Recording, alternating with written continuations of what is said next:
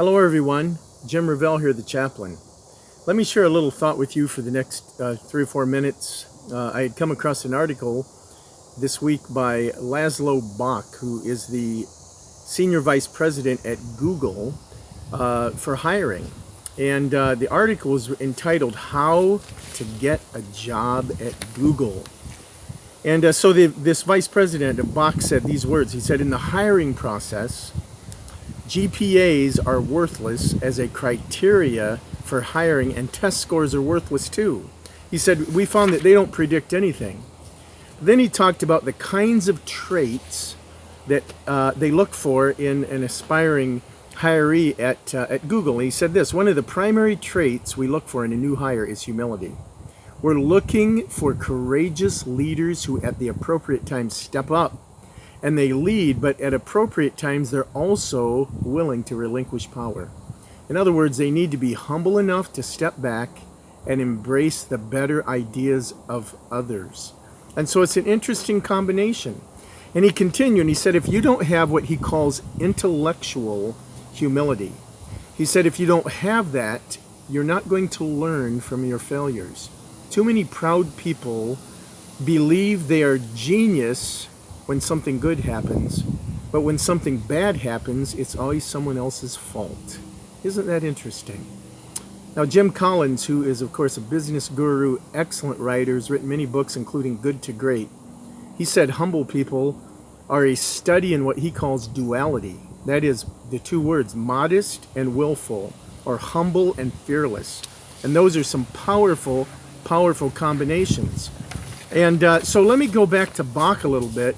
And he continued in his article, the vice president at Google, and he said, we're looking for people to take firm positions who argue like hell.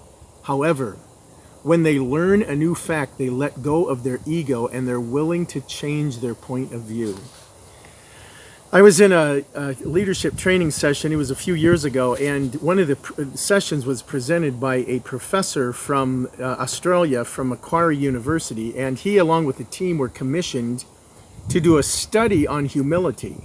And so he was part of the team, and kind of in jest, one of his friends said, you are the perfect candidate, because in order to be an expert, you have to have a distance from your topic.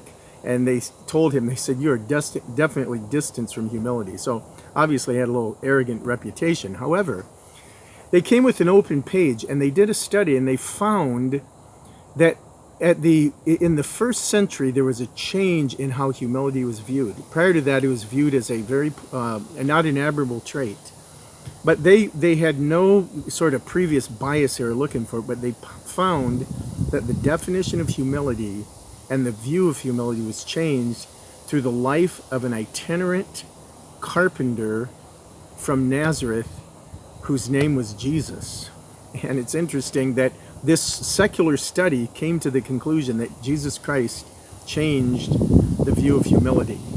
And he wrote an amazing book called Humilitas. You might want to look that up. It's a little older read, but it's called Humilitas, a lost key to life, to love, and to leadership. And so how do you think about humility? Let me just conclude with a quote from Ryan Holiday, who was a 9-time Grammy Award winner. He was a Pulitzer Prize winner, and he coached promising young musicians. And he said these words. He said, humility engenders learning because it beats back the arrogance that puts blinders on. It leaves you open for truths to reveal themselves. You don't stand in your own way. And then he asked this question. He said, do you know how to tell if someone's truly humble? He said, I believe there's one simple test. Because they consistently observe and listen, and they're humble enough to improve. They don't assume they know the way.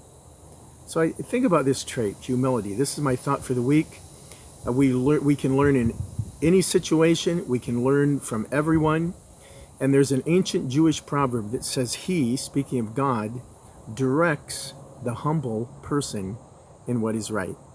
Well, that's my encouraging thought for the week. Have a great week. And as always, if you need anything, give me a call, 877-322-CHAP. That's 877-322-2427. And my extension is 5017. Thanks and have a great day.